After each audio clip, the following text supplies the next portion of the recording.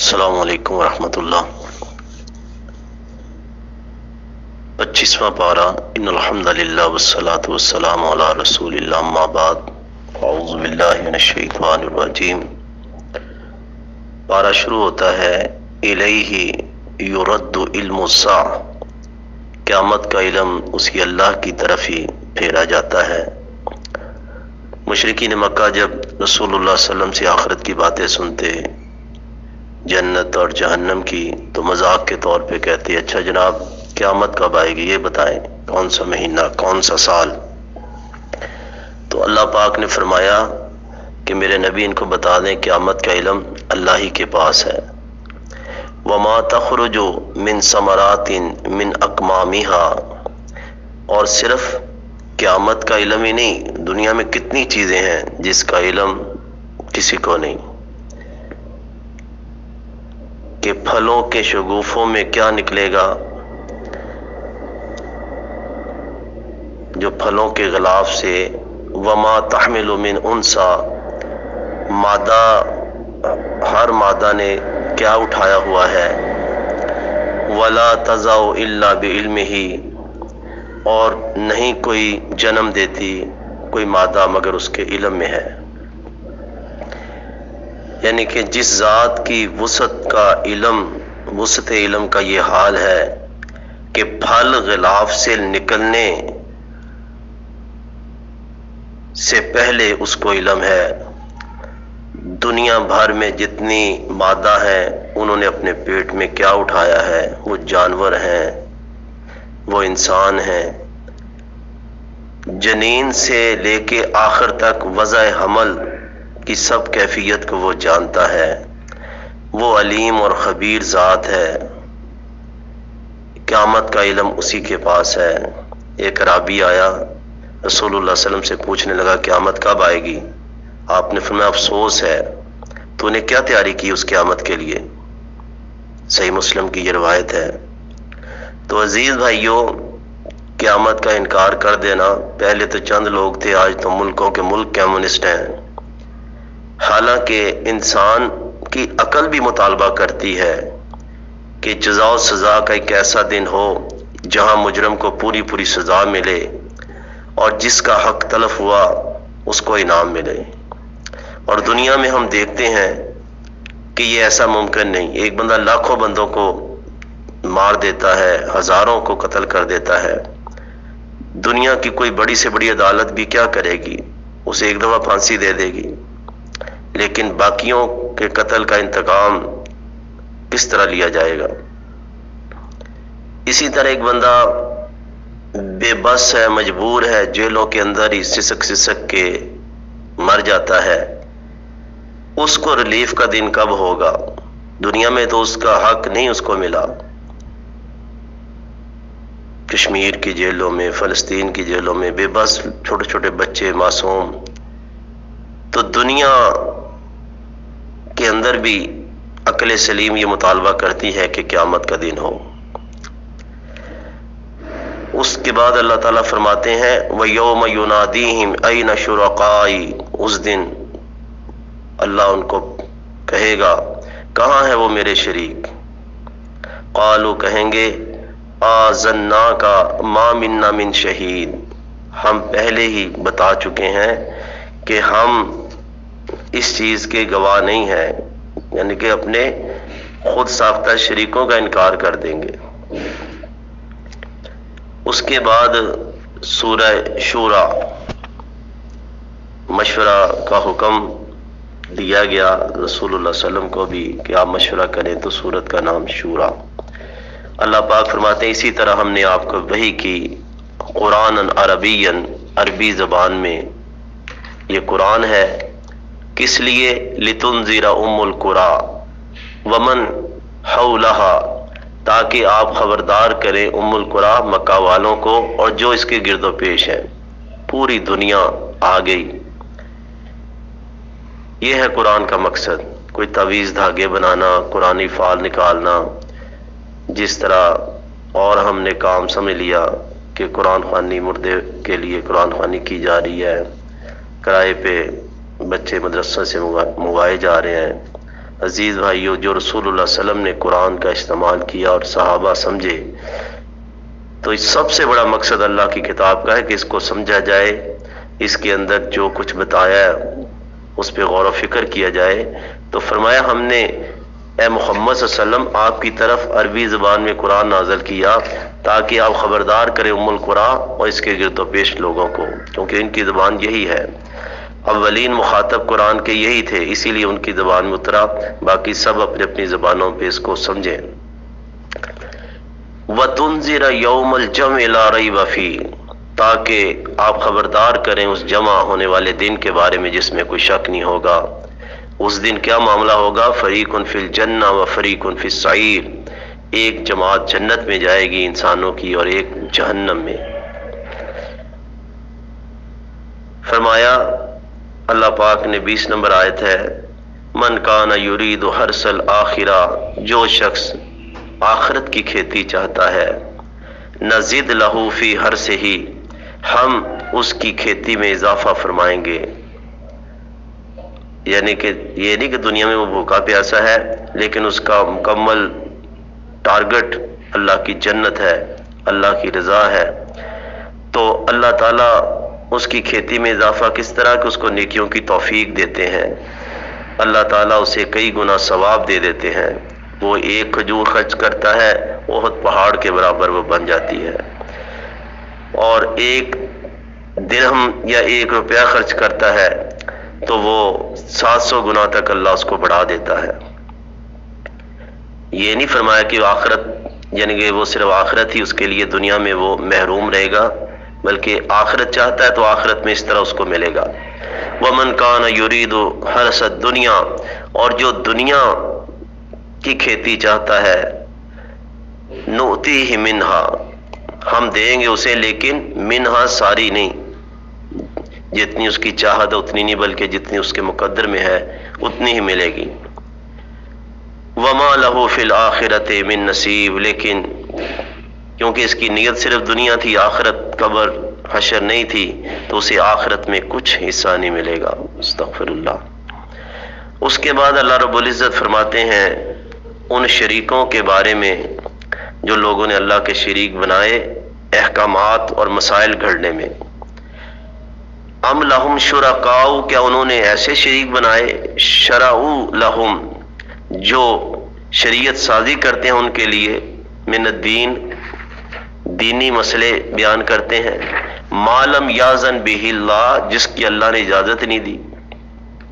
تو یہاں شریکوں سے مراد وہ بے جان مورتیاں اور ڈھیریاں نہیں ہیں، بلکہ وہ زندہ انسانوں کے وہ گروہ ہیں جنہوں نے اللہ کی شریعت کے مقابلے میں قانون سازی کی۔ وہ دنیا کا کوئی ڈکٹیٹر ہو، گمراہ فلسفی ہو، کوئی متولی یا مجاور ہو جو لوگوں کو مسئلے بتاتا ہے اللہ کا نام لے کے، دین کا نام لے کے، یا وہ نیک آدمی جنہوں نے کبھی سوچا بھی نہیں تھا کہ ہماری بات کو لوگ شریعت بنا لیں گے، بعد والے لوگوں نے ان کا نام استعمال کر کے پیرالل دین بنا لیا محمد صلی اللہ علیہ وسلم کی تعلیمات کے مقابلے میں۔ اور شرک کی یہ بھی بدترین قسم ہے جس کو اللہ تعالیٰ فرماتے ہیں ایک ذات کا شرک، صفات کا شرک، یہ شرک فی الحکم ہے۔ دیکھ لیں اردو بازار چل جائیں، نماز کی کتاب چاہیے، نماز نبوی یا نماز حنفی، حالانکہ امام ابو حنیفہ رحمۃ اللہ علیہ کے وہم و گمان بھی نہیں کہ ایسا بھی لوگ کریں گے۔ ٹھیک ہے کچھ مسائل میں ائمہ کا اجتہاد ہے، لیکن پورا ٹائٹل ہی کہ نبوی نماز، حنفی نماز، نبوی ذکر، سیفی ذکر۔ تو عزیز بھائیوں، یہ اتنا بڑا جرم ہے کہ اللہ کہتے ہیں، فرماتے ہیں وَلَوْلَا كَلِمَةُ الْفَصْلِ، اگر فیصلے کا فرمان پہلے نہ جاری ہوتا، لَقُضِيَ بَيْنَهُمْ، تو آج ان کے درمیان فیصلہ کر دیا جاتا۔ وَإِنَّ الظَّالِمِينَ لَهُمْ عَذَابٌ أَلِيمٌ، یہ ظالم مشرک ان کے لیے دردناک عذاب ہے۔ اللہ تعالیٰ یبشر اللہ عبادہ، اللہ اپنے بندوں کو خوشخبری سناتا ہے۔ کون بندے؟ الذین آمنوا، جو ایمان لائے، وعملوا الصالحات، اور نیک اعمال کیے، جو اللہ نے فرمائے، جو رسول اللہ صلی اللہ علیہ وسلم نے فرمائے، خالص نیت کے ساتھ، سنت کے اہتمام کے ساتھ، قل میرے نبی آپ ان کو کہہ دیں ہے لا اسألکم علیہ اجرا، میں تم سے کوئی اجر کا سوال نہیں کرتا، الا المودۃ فی القربى، مگر مودت محبت فی القربى رشتہ داری کی محبت چاہتا ہوں، ومن یقترف حسنۃ، جو کمائے گا نیکی ہم اس کو زیادہ کر دیں گے، جس طرح پیچھے اس کی تفسیر گزر گئی، جو نیکی کرے گا اللہ اس کو بہت بڑا چڑھا کے اجر دے دے گا۔ تو یہ آیت کہ میں تم سے کوئی اجر کا سوال نہیں کرتا، صرف رشتہ داری کی محبت چاہتا ہوں، اصل میں رسول اللہ صلی اللہ علیہ وسلم نے جب دین کی دعوت کا کام کیا تو سب سے بڑھ کر آپ کا اپنا ہی خاندان مخالفت کر رہا تھا، باقی قبائل نے تو کرنی، تو یہ کہا گیا کہ میں تم سے کچھ مانگتا نہیں، کم از کم تم تو رشتہ داری کا، برادری کا، اس کا ہی خیال کرو، اتنی میری مخالفت نہ کرو، کم از کم تم میرے راستے سے ہٹ جاؤ۔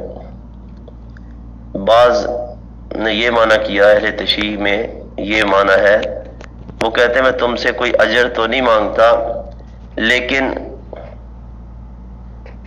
رشتہ داروں کی محبت چاہتا ہوں، حالانکہ وہ ذل قربہ ہونا چاہیے تھا، یہ صرف قربہ، رشتہ داری کی محبت۔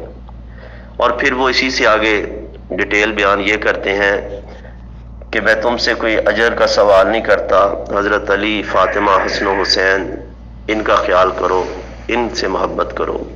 بہرحال ان کی محبت تو ایمان کا حصہ ہے۔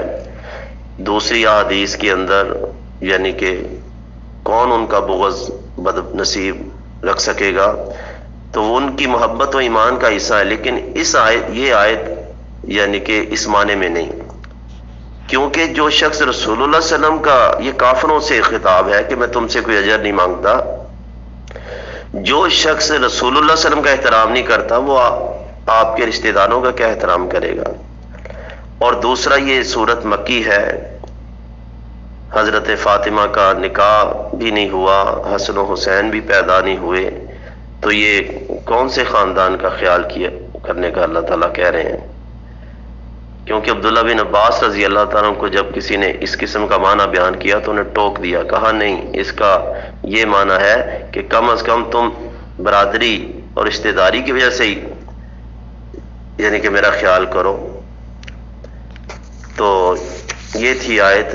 اس کے بعد اللہ تعالیٰ فرماتے ہیں وَمَا أَصَابَكُم مِّن مُّصِيبَةٍ فَبِمَا كَسَبَتْ أَيْدِيكُم، لوگوں جو بھی تمہیں مصیبت پہنچتی دنیا میں، دکھ، چوٹ، غم، تکلیف جو بھی ہے، اصل میں یہ بندے کے اپنے ہاتھوں ہی کی کمائی ہوتی ہے۔ وَيَعْفُو عَن كَثِيرٍ، اور بہت ساری چیزوں کو تو اللہ معاف ہی کر دیتا ہے۔ بعض کو اجتماعی گناہ کی وجہ سے نیک بندے بھی لپیٹ میں آ جاتے ہیں، لیکن اپنی نیت کی بنا پہ آخرت میں انشاءاللہ ان کو اللہ تعالیٰ اجر دیں گے، جس طرح رسول اللہ صلی اللہ علیہ وسلم فرماتے ہیں مومن کو کانٹا بھی چبھتا ہے، کفر اللہ بہا من خطایاہ، اللہ اس کی خطاؤں کو مٹا دیتا ہے، اللہ اجر دیتا ہے، صحیح بخاری کے اندر ہے۔ وما انتم بمعجزین فی الارض، دنیا والوں تم زمین میں اللہ کو عاجز نہیں کر سکتے، اور نہ ہی تمہارے لیے اللہ کے مقابلے میں کوئی حمایتی اور مددگار ہے۔ اللہ کی نشانیوں میں سے ایک نشانی دیکھو وَمِنْ آیَاتِهِ الْجَوَارِ فِي الْبَحْرِ، یہ کشتیاں، بحری جہاز جو سمندر میں چلتے ہیں، ان یشاء یسکن الرِّیحَ، اگر اللہ ہواؤں کو روک دے، فَيَظْلَلْنَ رَوَاكِدَ عَلَى ظَهْرِهِ، تو اس کی پشت پہ کھڑے رہیں۔ پہلے زمانے میں بڑی بڑی کشتیاں بادبان کپڑے لگے ہوتے تو ہوا کے ساتھ ہی وہ سمندروں میں چلتی اور لہروں کا مقابلہ کرتی، تو اللہ پاک فرماتے ہیں اگر ہم ہوا کو روک دیں، تم اپنے علاقے سے بھی دور، اپنی منزل سے بھی دور، درمیان میں تمہارے جہاز کھڑے رہیں، کوئی دیوی، کوئی دیوتا ہواؤں کو چلا کے دکھائے تو صحیح۔ ان فی ذلک لآیات لکل صبار شکور، بے شک اس آیت میں نشانی ہے ہر اس بندے کے لیے جو توحید پہ ڈٹا ہوا ہے، اور اللہ ہی کا شکریہ ادا کرتا ہے۔ نشانیاں ہیں کہ واقعی یہ کشتیاں کنارے پہ لگتی ہیں تو اللہ کے کرم اور قدرت کے ساتھ، ہوائیں تو اس کے کنٹرول میں ہے۔ او یوبکہن بما کسبوا، یا اللہ ان کو ڈبو دے تمہارے کرتوتوں کے سبب، تمہارے عقیدے جو خراب ہیں اللہ ان کو غرق کر دے، لیکن اللہ نہیں کرتا۔ وَيَعْفُو عَنْ كَثِيرٍ، اللہ بہت ساری تمہاری غلطیوں کو معاف کرتا رہتا ہے، درگزر کرتا ہے۔ لوگوں فما اوتیتم من شیء، بہت ساری نعمتیں بیان کرنے کے بعد اللہ نے فرمایا تم جو کچھ بھی دیے گئے ہو فمتاع الحیات الدنیا، یہ دنیا کا سامان ہے۔ وما عند اللہ خیر، جو اللہ کے پاس نعمتیں ہیں وہ بڑی بہترین ہیں۔ وابقا، باقی رہنے والی، دنیا تو جو کھا لیا پہن لیا اپنے ہاتھ سے دے دیا، باقی تو سب کچھ ادھر ہے، لیکن جو اللہ کے ہاں ہے وہ باقی رہنے والی ہیں چیزیں۔ للذین آمنوا، ان لوگوں کے لیے جو ایمان لائے اور اپنے رب پہ توکل کرنے والے ہیں۔ اسی طرح 38 نمبر آیت میں فرمایا اللہ نے کبائر سے بچنے والے، بے حیائی کے کاموں سے بچنے والے جو اللہ کے نیک بندے ہیں، غصہ آتا ہے معاف کر دیتے ہیں، رب کی پکار پہ لبیک کہتے ہیں، نماز قائم کرتے ہیں اور اپنے معاملے مشورے سے سر انجام دیتے ہیں۔ یہ شورا اسی سے نکلا ہے صورت کہ ہر کام رسول اللہ صلی اللہ علیہ وسلم نبیوں کے سردار تھے لیکن مشورہ طلب کرتے تھے۔ جنگ بدر کے قیدیوں کے بارے میں کیا کیا جائے، اس طرح جنگ کے موقع پہ اور بھی جس معاملے میں صریح حکم اللہ کا نہ ہوتا تو رسول اللہ صلی اللہ علیہ وسلم صحابہ سے مشورہ کرتے۔ بہت بڑا دھوکہ ہر دور میں مشرکین کو شیطان نے دیا کہ اللہ کے علاوہ اور ہستیاں اتنی بلند تر ہیں، اللہ کے قریب ہیں، وہ اولاد دے دیتی ہیں۔ جس طرح کسی نے کہا رزق دیتی ہیں، اولاد کا معاملہ بھی کہ ان کو راضی کرو، اولاد مل جاتی ہے، جنس بدل جاتی ہے، بیٹے سے بیٹا، بیٹی سے بیٹا ہو جاتا ہے۔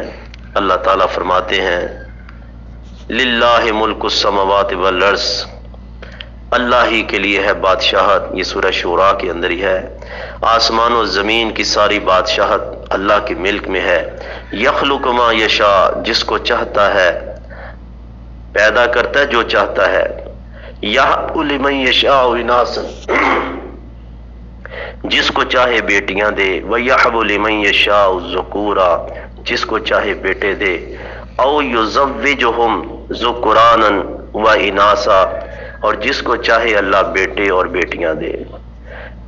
اگر بیٹیاں ہی دینی ہیں بیٹا نہیں دینا تو اللہ تعالیٰ نبیوں کے ساتھ بھی اسی طرح، شعیب علیہ السلام کی بیٹیاں، یعقوب علیہ السلام کو اللہ نے بیٹے، حالانکہ جہاں بیٹے ہوتے ہیں وہاں خواہش ہوتی ہے کہ کوئی بیٹی ہو جائے، اور جہاں بیٹیاں وہاں خواہش ہوتی ہے کوئی بیٹا ہو، تو کسی کو اللہ بیٹی اور بیٹیاں دونوں دے دیتا ہے۔ تو یہ خالص اللہ تعالیٰ کی قدرت ہے، لیکن مشرکین یہی سمجھتے ہیں مجھے فلاں مندر، فلاں گردوارے سے، فلاں آستانے سے ملا۔ بدقسمتی کے ساتھ قرآن پڑھنے والے، چومنے والے لوگوں کے عقیدے بھی یہی ہیں کہ یہ فلاں کے نام کا منگتا ہے، بیٹا زندہ نہیں رہتا تھا، یہ فلاں کے نام کا ہے۔ استغفر اللہ، جس کو اللہ موت دے دے اس کو کون بچا سکتا ہے، اس کے سانس کون بڑھا سکتا ہے۔ ایک اخبار میں فیچر میں نے پڑھا، یہ یو ٹی کے پاس گھوڑے شاہ دربار ہے، لوگ منت مانتے ہیں، چھوٹے کو گھوڑے جو مٹی کے ہوتے ہیں نا وہ لوگ چڑھاتے ہیں۔ تو اس فیچر میں، پاکستان اخبار کے فیچر میں تھا، تو اس نے لکھا کہ یہ کوئی بزرگ کی قبر نہیں، چھوٹے سے بچے کی قبر ہے، اور یہ راجہ رنجیت سنگھ کے زمانے کی ہے، بلکہ اس نے کافی زمین اس دربار کے لیے وقف کی، یعنی کہ یہ اس زمانے کی بات اور چھوٹے سے بچے کی ہے، اور لوگوں کا عقیدہ ہے کہ یہ ادھر ہم وہ مٹی کے گھوڑے چڑھائیں گے تو بچہ ہو جائے گا۔ تو وہ مضمون لکھنے والا کہتا ہے میں نے اس کے مجاور سے پوچھا بھی تیرے کتنے بچے ہیں؟ کہتے میری 3 بیویاں ہیں اور ایک بچہ بھی نہیں۔ اسی طرح کسی نے گجرات میں بنایا ہے شاہ دولے، جہاں وہ یہ مانگنے والے دولے شاہ کے چوہے پھرتے ہیں۔ تو عزیز بھائیو، یہ بہت بڑا جرم ہے کہ کائنات کے رب جو خالق ہے کہا جائے یہ فلاں دے دیتا ہے۔ ابراہیم علیہ السلام نے کس سے مانگا؟ زکریا علیہ السلام نے یحییٰ کس سے مانگا؟ قرآن تو ہمیں یہی بتاتا ہے، اور اللہ کے علاوہ تو کوئی مکھی نہیں بنا سکتا۔ سورہ حج کے اندر بقاعدہ اللہ تعالیٰ نے یہ بات فرمائی، اللہ کی قدر ہی نہیں کی لوگوں نے۔ وَيَجْعَلُ مَن يَشَاءُ عَقِيمًا، اور جس کو چاہے اللہ کچھ بھی نہ دے، عقیمہ بانج کر دے۔ إِنَّهُ عَلِيمٌ قَدِيرٌ، کیونکہ علم بھی اس کے پاس ہے، قدرت بھی اس کے پاس ہے۔ پھر اللہ تعالیٰ وہی کی شکلیں بیان کر رہے ہیں، وَمَا كَانَ لِبَشَرٍ أَن يُكَلِّمَهُ اللَّهُ إِلَّا وَحْيًا، کسی بشر کے لیے لائق نہیں کہ اللہ اس سے ڈائریکٹ کلام کرے۔ ہاں اللہ وحی کے ذریعے کرتے ہیں، وحی کے ذریعے، او من وراء حجاب، رسول اللہ صلی اللہ علیہ وسلم پہ وحی نازل ہوتی، صحابہ کہتے ہیں سخت سردی کے دنوں میں آپ کی پیشانی پہ پسینہ اتنا اس کا بوجھ ہوتا، پسینہ موتیوں کی طرح ڈھلکتا، آپ اونٹ پہ بیٹھے ہوتے تو اونٹنی بیٹھ جاتی۔ او من وراء حجاب، یا پردے کے پیچھے اللہ بشر سے کلام کرتا ہے، جس طرح موسیٰ علیہ السلام سے کلام کی بظاہر درخت تھا، آواز آئی، اور رسول اللہ صلی اللہ علیہ وسلم معراج کے موقع پہ بھی اللہ سے ہم کلام ہوئے، جس طرح نماز کا تحفہ ملا اور چیزیں۔ او یرسل رسولا، تیسری شکل ہے کہ اللہ رسول اپنا بھیجتا ہے، نمائندہ جبریل علیہ السلام تشریف لاتے ہیں اور انسانی شکل میں آتے، فَيُوحِيَ بِإِذْنِهِ مَا يَشَاءُ، اور وہ وحی کرتے اللہ کے اذن کے ساتھ جو چاہتے۔ اللہ تعالیٰ فرماتے ہیں پیغمبر صلی اللہ علیہ وسلم ہم نے آپ کی طرف وحی کی اپنے حکم سے، مَا كُنْتَ تَدْرِي مَا الْكِتَابُ وَلَا الْإِيمَانُ، آپ نہیں جانتے تھے اس سے پہلے کتاب کیا ہوتی ہے اور ایمان کیا چیز ہے۔ بے شک آپ دین ابراہیمی پہ تھے، آپ نے کبھی اپنی پہلی زندگی میں بھی شرک نہیں کیا، کوئی گناہ میں ملوث نہیں ہوئے، لیکن اصل ایمان کیا چیز ہے، اور آپ تو غور و فکر کے لیے غار حرا چلے جاتے، پریشان ہوتے، تو اللہ تعالیٰ نے پھر کتاب نازل کی، پھر آپ نے نماز اور یہ سارے احکامات خود بھی عمل اور لوگوں کو بھی کروایا۔ تو اللہ تعالیٰ فرماتے یہ ہم نے آپ کی طرف وحی کی، ما کنت تدری مل کتاب، آپ نہیں جانتے تھے کتاب کیا ہوتی ہے، ایمان کیا ہوتا ہے، یعنی کہ آپ سچے پیغمبر ہیں، اللہ کی وحی کے ساتھ ہی لوگوں کی رہنمائی کر رہے ہیں۔ سورہ زخرف، اللہ تعالیٰ اس میں وہ دعا سکھاتے ہیں کہ جب سواریوں کی پیٹھوں پر جم کر بیٹھ جاؤ، اپنے رب کی نعمتوں کو یاد کرو، تو کیا پڑھو؟ سبحان الذی سخر لنا ھذا وما کنا لہ مقرنین، پاک ہے وہ ذات، یہ تو ہم مجبور ہیں، جو سواریوں کی ضرورت ہے بندوں کو، ہمارا مالک ہر قسم کی مجبوری اور احتیاج سے پاک ہے، تو وہ پاک ہے ذات، سخر لنا، ہمارے لیے اس نے مسخر کر دی یہ چیزیں، سائیکل ہے، ہوائی جہاز ہے، ٹرین ہے، گاڑی ہے، گھوڑا، اونٹ، جو بھی سواریاں ہیں، ہاتھی ہے۔ وما کننا لہ مقرنین، ہم از خود اس پہ ان چیزوں پہ قابو نہیں پا سکتے، کیونکہ جب یہ چیزیں بفر جائیں، جانور ہیں، یا آؤٹ آف کنٹرول ہو جائے، گاڑی کیا، جہاز کیا، بندہ کیا کر سکتا ہے؟ تو ہم ان پہ قابو نہیں پا سکتے، اللہ نے ہمارے قابو میں یہ کر دی ہیں۔ وَإِنَّا إِلَىٰ رَبِّنَا لَمُنْقَلِبُونَ، اور بے شک اللہ ہی کی طرف ہم نے پلٹنا ہے، کیونکہ یہ بات یقینی ہے، دنیا کے یہ سفر پورا کرنے کے بعد ہم نے اپنے رب کی طرف واپس چلا جانا ہے۔ کیسی پیاری دعا ہے کہ ہر وقت آخرت کا سفر، کہ یہ سفر ادھر ختم ہو جائے گا، لیکن جو میں اصل سفر طے کر رہا ہوں اللہ کی طرف واپسی کا، وہ ذہن میں رہے۔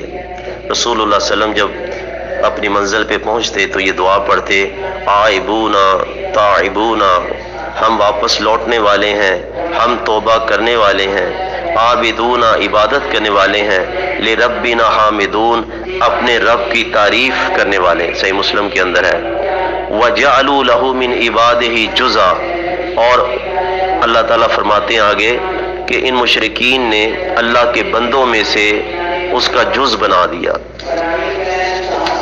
ان الانسان لکفور مبین، بے شک انسان کھلا ناشکرا ہے، یعنی کہ جتنے بھی مخلوق ہیں اللہ کے بندے ہیں، تو اللہ کے بندوں کو اللہ کا جز بنا دیا۔ جز اولاد کو کہتے ہیں، مثلا یہودیوں نے عزیر علیہ السلام کو اللہ کا بیٹا کہا، عیسائیوں نے عیسیٰ کو اللہ کا بیٹا کہا، مکہ کے مشرکین نے فرشتوں کو اللہ کی بیٹیاں کہا، یہ جز ہے۔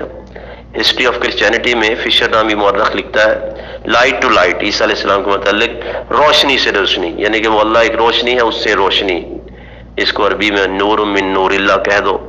ہمارے مسلمان بھی کوئی پیچھے نہیں رہے کہ محمد صلی اللہ علیہ وسلم کو اللہ ہی کا حصہ، اللہ ہی کے نور کا حصہ کہا، تو وہ قل هو اللہ احد پھر کدھر گیا؟ وہی جو اللہ کا جز بنا دیا۔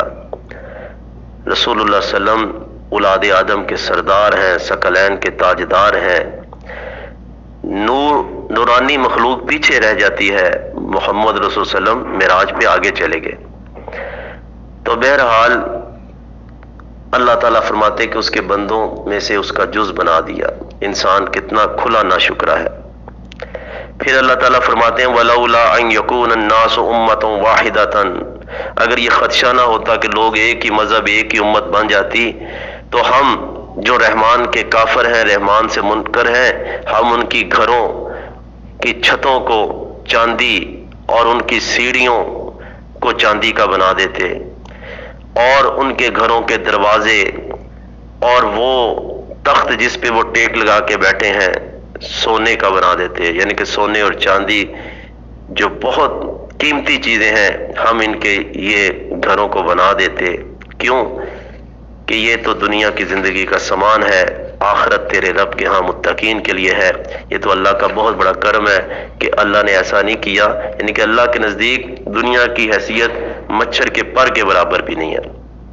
اگر ہوتی تو اللہ کسی کافر کو پانی کا گھونٹ بھی نہ دیتا، لیکن اللہ تعالیٰ نے کہ میرے بندے آزمائش میں نہ پڑ جائیں، اللہ نے اپنے بندوں کو بھی گاڑیاں، گھر، حکومتیں، بہت کچھ دیا۔ پھر فرمایا اللہ تعالیٰ نے 36 نمبر آیت وَمَن يَعْشُ عَن ذِكْرِ الرَّحْمَٰنِ نُقَيِّضْ لَهُ شَيْطَانًا فَهُوَ لَهُ قَرِينٌ، جو رحمان کے ذکر سے اندھا بن گیا، اندھا حقیقت میں ہے نہیں، بس دل ہی نہیں کر رہا رحمان کا ذکر، نہ نماز پڑھنے کو دل چاہتا، نہ قرآن پڑھنے کو، نہ ذکر کرنے کو، اندھا بن کے رہ رہا ہے۔ ہم اس کے لیے پھر ایسے بدنصیب بندے کے لیے ایک شیطان دوست کی شکل میں مقرر کر دیتے ہیں۔ وہ شیطان یہ نہیں کہ جنوں میں سے، یعنی کہ شیطان نما اس کا کوئی دوست بن جاتا ہے، اس کا پیر بن جاتا ہے، اس کا کوئی فیس بک پہ ساتھی بن جاتا ہے، اور اس طرح وہ کیا کرتے ہیں وَإِنَّهُمْ لَيَسُدُّونَهُمْ عَنِ السَّبِيلِ، سیدھی راہ سے روکتے رہتے ہیں۔ اللہ ایسے دوست سے، ایسے ساتھی سے محفوظ فرمائے۔ وَيَحْسَبُونَ أَنَّهُمْ مُهْتَدُونَ، وہ سمجھتے رہتے ہیں، گمراہ کے کام کرتے ہیں اور سمجھتے ہیں کہ ہم ہدایت پہ ہی ہیں، حتیٰ کہ جب ہمارے پاس آتے ہیں تو پھر کہتا ہے یا لیت بینی و بینک بعد المشرقین، کاش کہ میرے اور میرے اس دوست کے درمیان مشرق اور مغرب کا دوری ہوتی۔ فبئس القرین، کتنا برا تھا وہ ساتھی۔ بھائیو، انسان اپنے دوست کے مذہب پہ ہی ہوتا ہے۔ بچوں کے دوست، بچیوں کی سہیلیاں دیکھا کریں کہ نیک صالح ہے، کیونکہ یہ دوستیاں ہی بندے کو جنت میں پہنچا دیں گی یا جہنم میں پہنچا دیں گی۔ کیا لوگ انتظار کر رہے ہیں قیامت کا کہ ان کے پاس اچانک آ جائے اور پھر یہ ان کو شعور بھی نہ ہو؟ یعنی کہ کس چیز کا انتظار ہے؟ جب مسئلہ سمجھ آ گیا تو عمل کریں۔ قیامت کے دن کیا ہوگا؟ 67 نمبر آیت الاخلاء یومئذ بعضهم لبعض عدو، ساری دوستیاں اس دن دشمنی میں تبدیل ہو جائیں گی۔ الا المتقین، صرف تقوی اور دین کی بنیاد پہ دوستیاں قائم رہیں گی۔ یہ استاد بھائی، یہ پیر بھائی، یہ ٹوپی بھائی، پگڑی بھائی، آج بڑے سیاسی بھائی، بڑے یعنی کہ صرف دین کے جو بھائی ہوں گے وہ قیامت کے دن قائم ان کی دوستیاں رہیں گی۔ باقی یہ فلاں سیشن اور فلاں گروپ اور فلاں جو آج ہیں کاروبار یا دنیاوی مفاد کے لیے جو آپس میں دوستیاں ہیں، یہ دشمنیوں میں تبدیل ہو جائیں گی۔ یا عبادی لا خوف علیکم اليوم، کہا جائے گا اے میرے بندو آج تم پہ کوئی خوف نہیں ہے، متقین کو کہا جائے گا، اور نہ تم غمزدہ ہوگے، پچھلی زندگی کا تمہیں پچھتاوا نہیں ہوگا کیونکہ تم نے تقوی کی زندگی بسر کی۔ ادخلوا الجنہ انتم وازواجکم تحبرون، جنت میں چلے جاؤ تم بھی تمہاری بیویاں بھی، تحبرون فرحت اور مسرت کے ساتھ، یعنی کہ وہ خوشی جو وہاں عزت ملنے کی وجہ سے ملے گی، جو نعمتیں دیکھیں گے تو اس خوشی اور فرحت کے ساتھ داخل ہو جاؤ۔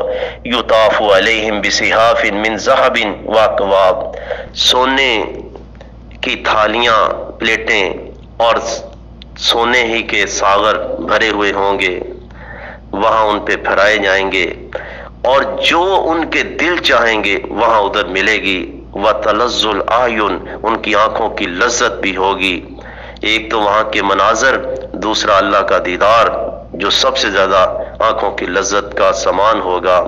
تم یہاں ہمیشہ رہو گے، یہ جنت ہے جس کا ہم نے ان کو وارث بنا دیا، اس لیے کہ تعملون، تم عمل کرتے تھے، زبانی نہیں، خوار ہیں، بدکار ہیں، گناہوں میں ڈوبے ہوئے ہیں، جو کچھ بھی ہیں تیرے محبوب کی امت میں سے ہیں۔ ٹھیک ہے ہر بندہ ہی غلطی کر رہا ہے، ہو رہی ہے، کل بنی آدم خطاؤن، لیکن وہ عمل کرتے تھے نمازوں کی شکل میں، تلاوت کی شکل میں، صدقہ و خیرات کی شکل میں، گناہوں سے بچنے کی شکل میں۔ ان کے لیے میوے ہیں بہت زیادہ جو وہ کھائیں گے، اور مجرم ان المجرمین فی عذاب جہنم خالدون، مجرم جہنم کے عذاب میں ہمیشہ رہیں گے۔ لا یفتر عنہم، ذرا بھی کمی یا وقفہ نہیں ہوگا، استغفر اللہ استغفر اللہ، وہم فیہ مبلسون، نا امید مایوس ہو کے پڑے ہوئے ہوں گے۔ ہم نے ان پہ ظلم نہیں کیا، یہ خود اپنی جانوں پہ ظلم کرنے والے تھے، تھوڑی کی زندگی، موتیں ان کے سامنے ہو رہی تھی، لوگ قبروں میں جا رہے تھے، بیماریاں آ رہی تھیں، لیکن ان کی صحت، ان کی دولت، ان کی زندگی نے ان کو دھوکے میں ڈال دیا، اور جب اتنے مایوس ہو جائیں گے آخرکار پکاریں گے وَنَادَوْا يَا مَالِكُ، اے مالک، لِيَقْضِي عَلَيْنَا رَبُّكَ، اپنے رب کو کہے کہ ہمارا فیصلہ کر دے، ہماری جان ختم کر دے۔ قَالَ إِنَّكُمْ مَاكِثُونَ، وہ کہیں گا مالک فرشتہ ادھر ہی پڑے رہو،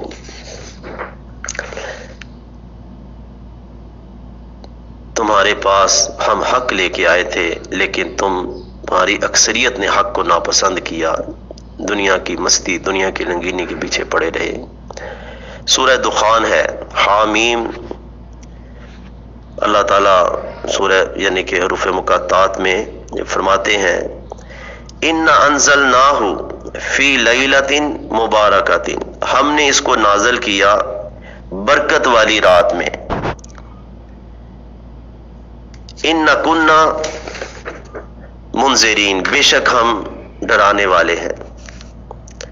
برکت والی رات، بعض لوگوں نے کہا کہ یہ نصف شعبان کی ہے، جسے شبرات بھی لوگ مناتے ہیں، حالانکہ صاف پتہ ہے کہ لیلۃ مبارکۃ کے شروع میں ہے کہ ہم نے اس کو نازل کیا قرآن کو، اور قرآن نازل ہوا لیلۃ القدر میں، اِنَّا أَنزَلْنَاهُ فِي لَيْلَةِ الْقَدْرِ، قدر والی رات میں، اور یہ قدر والی رات ہے کدھر؟ شہر رمضان الذی انزل فیہ القرآن، یہ رمضان کے مہینے میں آخری طاق راتوں میں، جس طرح رسول اللہ صلی اللہ علیہ وسلم تلاش کرتے تھے اس کو۔ تو شبرات کا کوئی تصور نہیں ہے، جتنی بھی روایتیں ہیں اس میں سب ضعیف ہیں۔ زیادہ سے زیادہ یہ کہ نبی صلی اللہ علیہ وسلم اٹھے خاموشی سے اور قبرستان جنت البقیع چلے گئے، نہ اپنی بیویوں کو جگایا، نہ صحابہ کو جگایا۔ اگر یہ اتنی بابرکت رات تھی شبرات کی، شبان کی، تو آپ سب کو بتاتے اور صحابہ اس پہ عمل کرتے۔ تو بہرحال یہ اصل میں لیلۃ القدر ہے، اور یہاں بھی فرمایا جا رہا ہے کہ وہ برکت والی رات ہے، ہم نے اس میں قرآن نازل کیا۔ فیہا یفرق کل امر حکیم، اس میں فیصلے کیے جاتے ہیں ہر محکم حکم کے، اور سورہ قدر میں بھی اس کی یہی چیز ہے، تنزل الملائکۃ والروح، فرشتے اور جبریل علیہ السلام اترتے ہیں اس میں، بِإِذْنِ ربہم، اپنے رب کے حکم سے، من کل امر، ہر حکم لے کے۔ یعنی کہ وہ فیصلے کیا ہوتے ہیں کہ آئندہ سال افراد اور قوموں کے متعلق کیا فیصلے ہیں وہ فرشتوں کے حوالے کر دیے جاتے ہیں. کس کی زندگی، کس کی موت، کس کی صحت، کس کی بیماری، رزق، عروج و زوال، افراد یا قوموں کے جو ہے وہ فیصلے فرشتوں کے حوالے کر دیے جاتے ہیں. اور جس طرح آدمی بازاروں میں پھرتا ہے حالانکہ اس کا شمار مردوں میں ہو چکا ہوتا ہے. اللہ اکبر. تو امرن من عندنا، اللہ کہتے ہیں ہماری طرف سے یہ حکم ہوتا ہے جو فیصلے کیے جاتے ہیں. پھر اسی طرح آگے اللہ رب العزت فرماتے ہیں سورہ دخان کے اندر کہ ہم نے موسیٰ علیہ السلام کو کہا فَأَسْرِ بِعِبَادِي لَيْلًا، میرے بندوں کو رات کو لے جاؤ، اِنَّكُمْ مُتَّبَعُونَ، ڈرنا نہیں تمہارا پیچھا کیا جائے گا، فرعون آئے گا اپنی فوجیں لے کے. وَتُرُكِ الْبَحْرَ رَحْوًا، اور جب تم ادھر سے سمندر سے گزرو راستہ بن گیا ہے، خشک ہو گیا ہے تو اسے چھوڑ دینا. رحوا ساکن، خشک چھوڑ دینا. یہ نہیں کہ بس فرعون آ رہا ہے تو چلو میں پھر آسا مار کے اس کو سمندر بنا دوں. تو اللہ تعالیٰ فرماتے نہیں، اس کو اسی طرح خشک ہی رہنے دینا ہے. انہم جندن مغرقون، کیونکہ راستہ خشک نظر آئے گا تو وہ آگے بڑھیں گے اور بے شک وہ لشکر غرق ہونے والا ہے.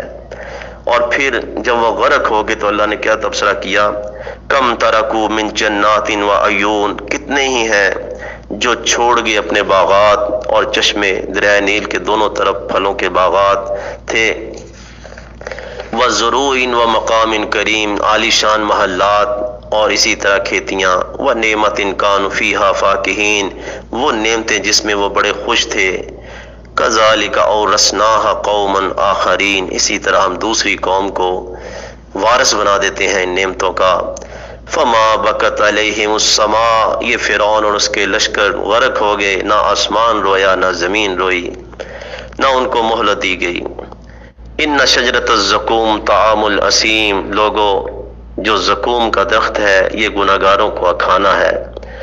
کل محل، تیل کی تلچھٹ کی طرح ہے.